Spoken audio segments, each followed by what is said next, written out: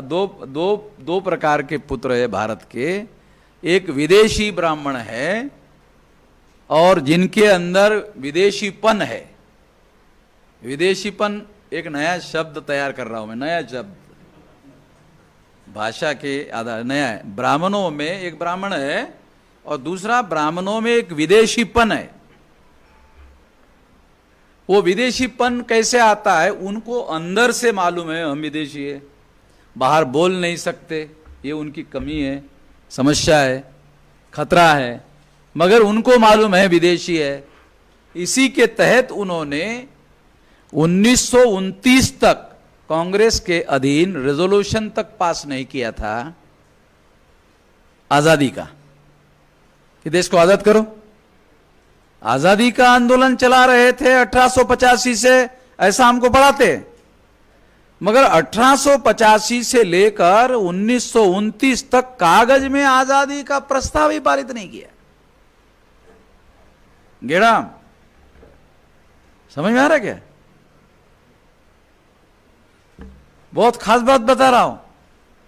अरे तुम ही हमको पढ़ा रहे 1885 से आजादी का आंदोलन चला रहे, इसके लिए कांग्रेस बनाई, तो तुमने 1929 तक 44 साल तक कागज में रेजोल्यूशन तक पारित नहीं किया। आजादी दो,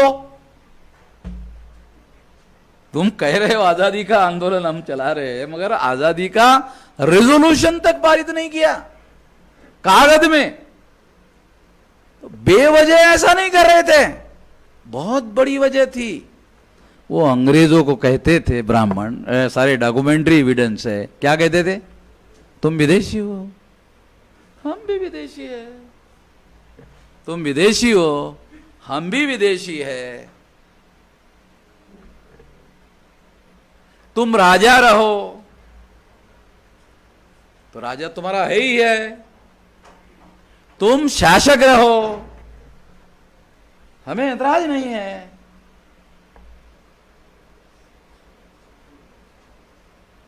राजा तुम रहो, शासक तुम रहो, प्रशासन में हमें अधिकार दो।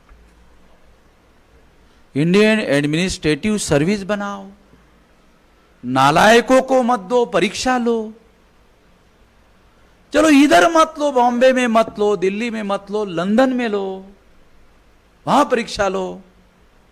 जो परीक्षा पास करेंगे उन लोगों को इंडियन एडमिनिस्ट्रेटिव सर्विसेज में, उस समय आईसीएस था, Indian civil servant, civil service, ये करो और हमें प्रशासन में अधिकार दो।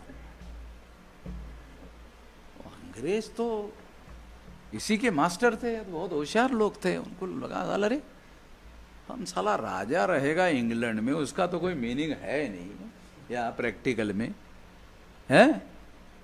गवर्नर जनरल रहेगा शासक भारत में, राजा का प्रतिनिधि, मगर हर जिले में कुलकर्णी, देशपांडे, जोशी, तिवारी, ये जब डिस्ट्रिक्ट कलेक्टर रहेगा, सारी सत्ता तो इनके ही हाथ में रहेगी, सारी सारी है, सारी सत्ता तो सारी की सारी इनके हाथ में रहेगी। तो अंग्रेजों को यह समझ में आता था, तो ये आंदोलन चलाया ब्राह्मण ने, बाल गंगाधर तिलक ने, और इस आंदोलन का नाम रखा होम रूल आंदोलन। आप लोगों को, बच्चों को जो टीचर लोग पढ़ाते हैं ना, वो सारे शब्द उसमें लिखे हुए हैं, मगर अर्थ पता नहीं है इसका क्या अर्थ है। होम रूल आंदोलन, इसका हिंदी में ट्रांसलेशन था स्वराज्य, स्वराज्य। तो स्वराज्य का मतलब ब्राह्मण राज्य, क्योंकि वो कहते थे कि ब्राह्मणों को प्रशासन में अधिकार, भारतीयों को नहीं, पर्टिकुलर कहते थे। उसको उन्होंने स्वराज्य का नाम दिया। कहते थे आप विदेशी हो, हम भी विदेशी है, आप राजा रहो, शासक रहो, प्रशासन में हमें अधिकार दो, आप विदेशी, हम विदेशी, दोनों विदेशी मिलकर ये जो एतद्देशीय लोग हैं उन पर राज करेंगे। आपका यकीन नहीं हो रहा होगा, ब्राह्मणों ने अंग्रेजों को कहा, आपका यकीन नहीं हो रहा होगा हमारे ऊपर, हमने ऐसा ही मुगलों के साथ किया। मुगलों को भारत को गुलाम बनाए रखने में मदद की, आपको भी करेंगे। इस वजह से 1929 तक आजादी का प्रस्ताव पारित नहीं किया।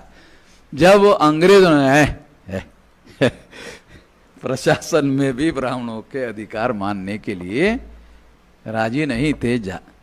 मुझे पटना में, मैं एक बामसेफ का अधिवेशन था, पांडे नाम का ब्राह्मण था, उसको मैंने खाना खिलाने का ठेका दिया, ब्राह्मण नाम के पांडे को। तो वो मेरे पास आया मेरा विश्वास हासिल करने के लिए। जब मैंने दिया तो साला विश्वास है इसीलिए तो दिया था, फिर भी वो मेरा विश्वास करना चाहता था। कहा कि मेश्राम जी, आप तो यहाँ के रहने वाले हैं नहीं, आपको बहुत सारी बातें इधर की पता नहीं है कि हमारे यहाँ झा नाम का ब्राह्मण होते हैं, उसके बारे में अंग्रेज़ों ने लिखा कि झा नाम का ब्राह्मण और सांप एक साथ दिखाई दे तो सांप को नहीं मारना चाहिए, पहले ब्राह्मण को मारना चाहिए, उसके बाद सांप को मारना चाहिए। पांडे नाम का ब्राह्मण झा ब्राह्मण के बारे में मुझे बता रहा था। अब वो मुझे ठीक से जानता नहीं था वो मुझे ठीक से नहीं जानता था। तो मैंने पांडे जी को कहा, पांडे जी, अरे आप भी ब्राह्मण है, झा भी ब्राह्मण है, आप ऐसा क्यों कह रहे हैं, मुझे अच्छा नहीं लग रहा है वो भी ब्राह्मण है, आप भी ब्राह्मण। नहीं नहीं नहीं नहीं, झा ब्राह्मण बहुत खतरनाक होते हैं। कैसे? ये अंग्रेज ने ऐसे लिख कर रखा है। वो ऐसा मुझे बता रहा था, पांडे नाम का ब्राह्मण। तो मैं आपको ये बताना चाहता हूं कि अंग्रेजों को जानकारी थी ब्राह्मणों के बारे में, इसलिए वो प्रशासन में भी ब्राह्मणों को कोई अधिकार देने के लिए तैयार नहीं थे। गांधी जी बहुत धार्मिक पुरुष है, धर्म प्रवीण है, धर्म प्रवान आचरण करने वाले व्यक्ति है, साधु है, संत है, महात्मा है। ये प्रोपेगेंडा ब्राह्मणों ने ही किया। अखबारों में ज्यादा पत्रकार ब्राह्मण ही हुआ करते थे और वही गांधी जी के बारे में ऐसा लिखते थे। उसके पीछे सोच ये थी कि हम ब्राह्मणों पर तो ये लोग यकीन करने वाले नहीं है, SC ST OBC वाले लोग, किसान लोग, क्योंकि इनको तो हम लूटते रहते हैं। इनका बाप मर जाता है या माँ मर जाती है तो इनको हम लोग खेती बेचकर तेरही करने के लिए बोलते हैं, तो ये लूटने का कार्यक्रम हमारा रहता है, तो ये हमारे यकीन नहीं करेंगे। यकीन नहीं करेंगे तो इसलिए ब्राह्मणों ने चालाकी से क्या किया, गांधी को सामने किया और शो किया कि नहीं, ये तो साधु आदमी है, गांधी साधु है, ये संत है। इसका प्रोपेगेंडा किया, प्रचार किया, ताकि भारत के जो आम साधारण लोग हैं उनका यकीन हो जाए, उनका समर्थन मिल जाए। SC ST OBC का ये बहुसंख्य के लोग हैं, इनका समर्थन मिलने से आंदोलन जन आंदोलन हो जाएगा। हथियार से अंग्रेजों को परास्त करना संभव नहीं है, 1857 से सिद्ध हो गया। अब केवल एक ही उपाय बचा हुआ है, जन आंदोलन। जन आंदोलन से ही अंग्रेजों को भगाया जा सकता है। इसलिए SC ST OBC का जन समर्थन मिलने से ही जन आंदोलन होगा, और जन समर्थन तभी मिलेगा जब गांधी जैसे शैतान को साधु बनाकर पेश किया जाएगा। गांधी जो है वो सामान्य बनिया नहीं जाति के नहीं थे, मोड़ बनिया जाति के थे, मोड़ बनिया। और मोड़ बनिया जाति कितनी खतरनाक होती है तो गुजरात के बनिया को पूछो, वो बनिया भी मोड़ बनिया से डरता है। यानी हम महाराष्ट्र के लोग बनिया बोले तो बनिया बोलते हैं, और बनिया बोले तो लूटने वाला। हमारे महाराष्ट्र में ये मान्यता है कि बनिया बोले तो लूटने वाला, मगर गुजरात के जो बनिया है वो तो मोड़ बनिया से डरते हैं, क्योंकि ये तो बोलते ये मोड़ बनिया, हम तो है बनिया और हम लूटते इन लोगों को, मगर ये मोड़ बनिया तो हमको लूटता है, साला कितना खतरनाक होगा। तो मोड़ बनिया जो है वो बनिया को लूटता था। इसलिए सौराष्ट्र में कहावत है, मोड़ कोड सारो पर मोड़ नहीं सारो। शरीर पर जो कोड़ होती है वो ठीक है, मगर मोड़ ठीक नहीं है। तो इस तरह का जो शैतान जाति है उसमें पैदा हुआ जो आदमी है उसको उन्होंने साधु बनाया, जन समर्थन हासिल करवा कर, और फिर समर्थन हासिल करवा के उन्होंने जन आंदोलन खड़ा किया। लोगों को मालूम था कि इसके बदले में कोई ब्राह्मण ही प्रधानमंत्री बनेगा, ऐसा ही हुआ। समर्थन सरदार पटेल ने, सरदार पटेल किसान जाति का, किसानों का समर्थन खड़ा कर दिया सारे देश भर में। समर्थन किसानों का यानी शूद्रों अतिशूद्रों का समर्थन लिया और जन आंदोलन खड़ा किया। जो प्रधानमंत्री बनाने का मामला आया तो जवाहरलाल नेहरू को गांधी ने नॉमिनेट किया।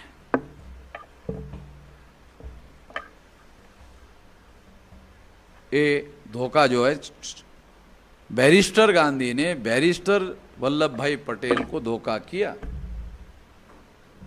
साधारण आदमी को धोखा नहीं किया। बैरिस्टर गांधी ने बैरिस्टर वल्लभ भाई पटेल के साथ धोखा किया।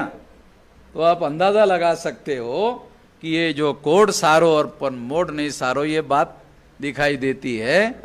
और सरदार पटेल ने भी ये जहर निगल लिया और याद रखा। जैसे वो शोले में जब संजीव कुमार वो इंस्पेक्टर जो है गब्बर सिंह को जेल में डालता है ना, तो डालने के बाद कहता है अब तुम सारी ये अकड़ जो है भूल जाओगे गब्बर।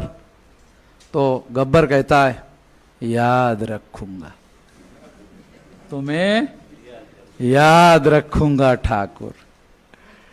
तो ये डायलॉग है, छोटा सा डायलॉग है, इस को मीनिंगलेस डायलॉग है, मगर वहां उसका बहुत मीनिंग था, क्योंकि फिर वो याद रखता था और एक एक आदमी को चुन चुन के गोली से मारता था। ये दिखाया गया है ना। मैं तो बात समझाने के लिए उदाहरण दे रहा हूं। सरदार पटेल ने भी ध्यान रखा और गांधी की सिक्योरिटी की कोई व्यवस्था नहीं की और गांधी को गोली से मार दिया गया। ये इंक्वायरी कमीशन बैठा, जज ने पूछा कि गांधी जी की हत्या होने वाली है। सरदार पटेल को पूछा, होम मिनिस्टर थे, आपको पहले से मालूम था? मालूम था। कितने दिन पहले मालूम था? 15 दिन पहले मालूम था। मोरारजी देसाई ने मेरे पास रिपोर्ट भेजा था, फोटोग्राफ भी भेजा था, कौन कौन है, पूरा डिटेल भेजा था। फिर आपने सिक्योरिटी क्यों नहीं की गांधी जी की, जब आपको 15 दिन पहले मालूम था?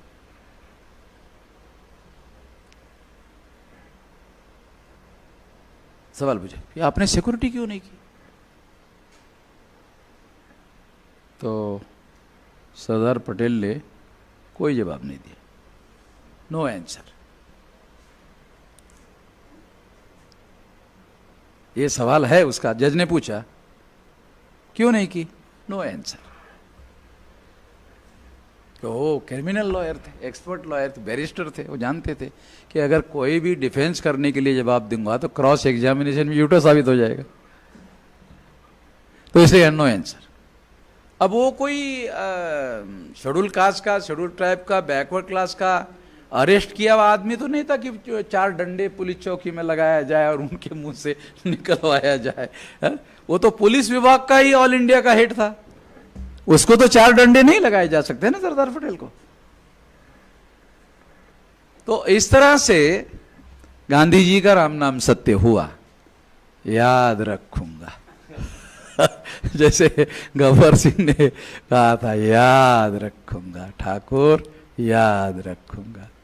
तो सरदार पटेल ने भी जो जहर पी लिया होगा उस समय, 14 स्टेट के लोगों ने सरदार पटेल का नाम दिया था। सारे लोग अनअपोज उसके समर्थन में थे, जवाहरलाल के समर्थन में केवल एक आदमी था। तो इस तरह से ये बैकग्राउंड में इसलिए आपको समझा रहा हूं कि ये तो सारा आजादी का आंदोलन साला ब्राह्मणों के कब्जा करने का मामला था। तो ब्राह्मण लोग जानते थे कि ये संविधान हमारा सारा का सारा मामला उल्टा पुल्टा करने वाला है, सारा को सारा खत्म करने वाला है। तो इसे हम नहीं मानते हैं ऐसा भी नहीं कह सकते, बल्कि ऐसा कहना पड़ता है जिसको हम नहीं मानते। संविधान की शपथ लेता हूं, उस पर ही अमल करूंगा, उसके विरोध में कुछ नहीं करूंगा। मतलब जिस पर यकीन नहीं है उस पर ऐसा उधर ऐसा माइक पर कहलवाते हैं, फिर उसका वीडियो बनाते हैं और फिर सब दुनिया वालों को दिखाते हैं। ये सब उनको कहना पड़ता है जो जिस पर वो विश्वास नहीं करते हैं, मानते नहीं है। इसलिए उन्होंने एक तरीका निकाला सीक्रेट प्रैक्टिस के द्वारा अमल नहीं करने का, सीक्रेट प्रैक्टिस करने का। और वो सीक्रेट प्रैक्टिस, अखबार हमारे हैं तो कोई छप के आएगा नहीं, रिप्रेजेंटेशन हमारा है, कोई SC ST OBC का आदमी कांग्रेस पार्टी का टिकट दिया इसलिए चुनकर आया, इसलिए उसको मालूम भी हुआ तो भी बोलेगा नहीं, बोलने के लिए अनुमति नहीं देंगे, बोलेगा ही नहीं। बोलेगा तो अगले बार चुनाव में टिकट नहीं देंगे। हीरालाल परमार गुजरात का उदाहरण है। तो इस तरह से उन्होंने ना अमल करने की नीति पर अमल किया। फिर भी इतना सारा करने के बाद भी मंडल कमीशन आया, इतना सब किया। OBC की जाति आधारित गिनती नहीं किया, उनकी हिंदू के नाम पर गिनती करवाया। सारा कुछ करने के बावजूद भी 81 में आखिरकार मंडल कमीशन आया, रिपोर्ट आया, तो कितना बवाल मच गया था सारे देश भर में। मैं बैकग्राउंड समझा रहा हूं आप लोगों को, तो उससे आपको समझ में आएगा कि ये जो एजुकेशन पॉलिसी आइसोलेशन में नहीं आई है, जो आई है ये सारी बातें उसके बैकग्राउंड में काम कर रही है। हम लोग संविधान के समर्थन में है, संविधान हमारे समर्थन में है, उसके साथ जो धोखाधड़ी हुई है इसीलिए हम लोग उसकी बात कर रहे हैं। जो इसके विरोध में है वो तो इस तरह की कोई बात समझाने का काम कर ही नहीं सकते। तो मंडल कमीशन आया, मंडल कमीशन आया 81 में, और उसके बाद जब ये बहुत बड़ा बवाल खड़ा हो गया, उसके बाद एक तरफ RSS, विश्व हिंदू परिषद और BJP, इन लोगों ने एक आघाड़ी ओपन किया राम जन्मभूमि बाबरी मस्जिद के नाम पर, और दूसरी आघाड़ी इंदिरा गांधी और कांग्रेस ने ओपन की, वो खालिस्तान वर्सेस हिंदुस्तान।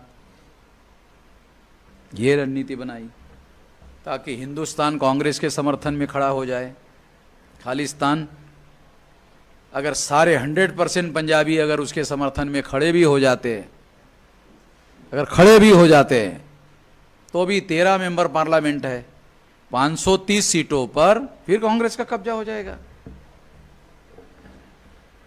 यानी बहुमत फिर भी रहेगा। हुआ ऐसे ही। इंदिरा गांधी ने इसको आधार बनाकर खालिस्तान वर्सेस हिंदुस्तान के आधार पर चुनाव होने का मामला खड़ा हो गया, और जब बवाल खड़ा हो गया तो इंदिरा गांधी की हत्या हो गई। हत्या को फिर उन लोगों ने जिन्होंने रणनीति बनाई थी आधार बनाया, आधार बनाकर चुनाव लड़ा और फिर चुनाव जीत गए 84 का।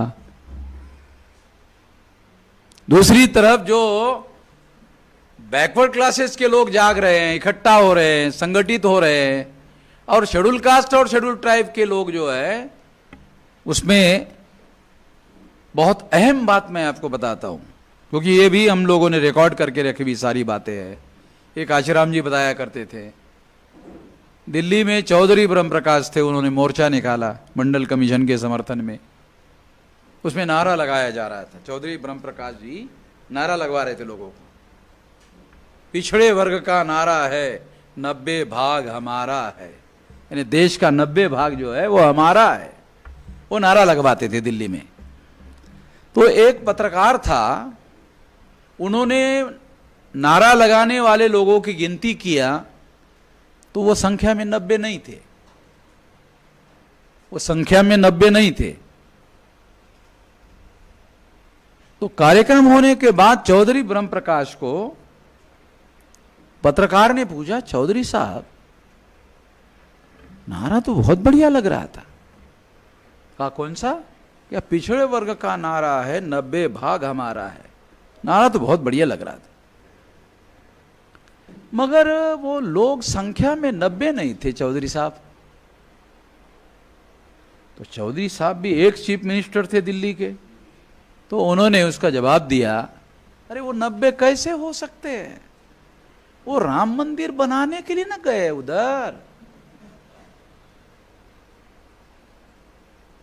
वो तो राम मंदिर बनाने के लिए गए हुए हैं, तो इधर 90 कैसे हो सकते। तो जिन लोगों के लिए वो आंदोलन था मंडल का, ओबीसी का, वो ओबीसी राम मंदिर बनाने के आंदोलन में शामिल थे, क्योंकि ब्राह्मणों ने रणनीति बनाई थी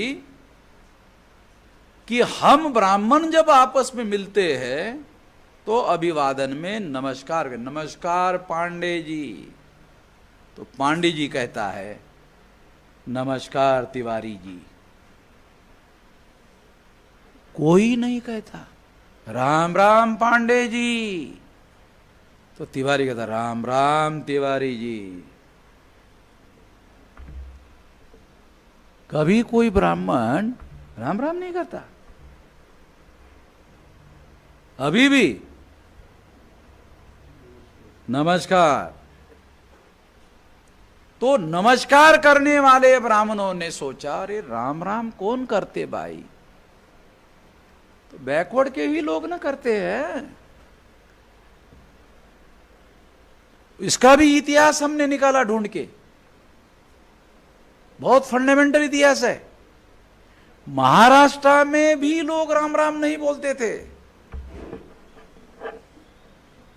महाराष्ट्र में सारे लोग जोहार बोलते थे। शिवाजी महाराज के पत्र व्यवहार में जोहार लिखा हुआ है, बाबा साहब आंबेडकर के पत्र व्यवहार में जोहार लिखा हुआ है।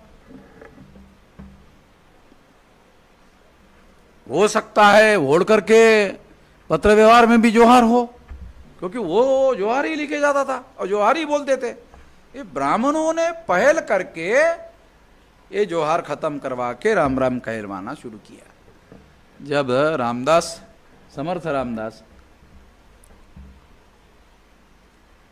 रामदास का भी साला बड़ा अजीब मामला है। उसके जितने चेले थे वो घर में भिक्षा मांगने के लिए आते थे, जय जय रघुवीर समर्थ ऐसा बोल के भिक्षा मांगते थे। जितने भी रामदास के जो भगत होते थे वो भिक्षाटन मांगते थे, तो जय जय रघुवीर समर्थ। अब रघुवीर समर्थ का मतलब आप लोगों को पता नहीं है। रघुवीर का मतलब है राम, राम को रघुवीर कहते हैं। रघुकुल वंश में पैदा हुए इसलिए उसको रघुवीर बोलते हैं। तो रामदास स्वामी के जो भक्त थे वो रघुवीर को यानी राम को समर्थ बोलते कि राम समर्थ है। रामदास स्वामी के जितने चेले थे वो ये कहते थे राम समर्थ है।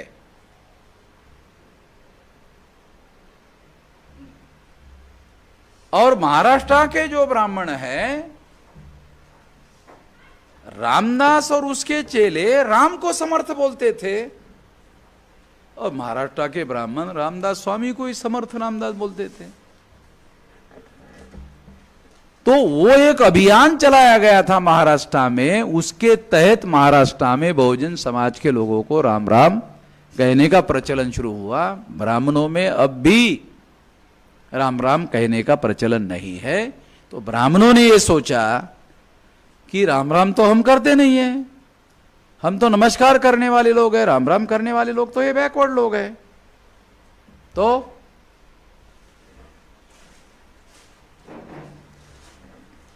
राम राम कहने वाले, नमस्कार करने वाले लोगों ने सोचा राम राम करने वाले जो लोग हैं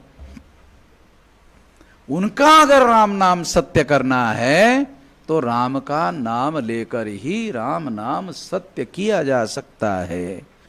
इसलिए उन्होंने बैकवर्ड क्लास के लोगों को कहा कि तुम्हारे राम का मंदिर हम बनाना चाहते हैं अयोध्या में, मगर मुसलमान है कि बनने देना नहीं चाहते। जरा मुसलमानों का देखो तो, भिड़ा दिया ओबीसी को मुसलमानों के साथ,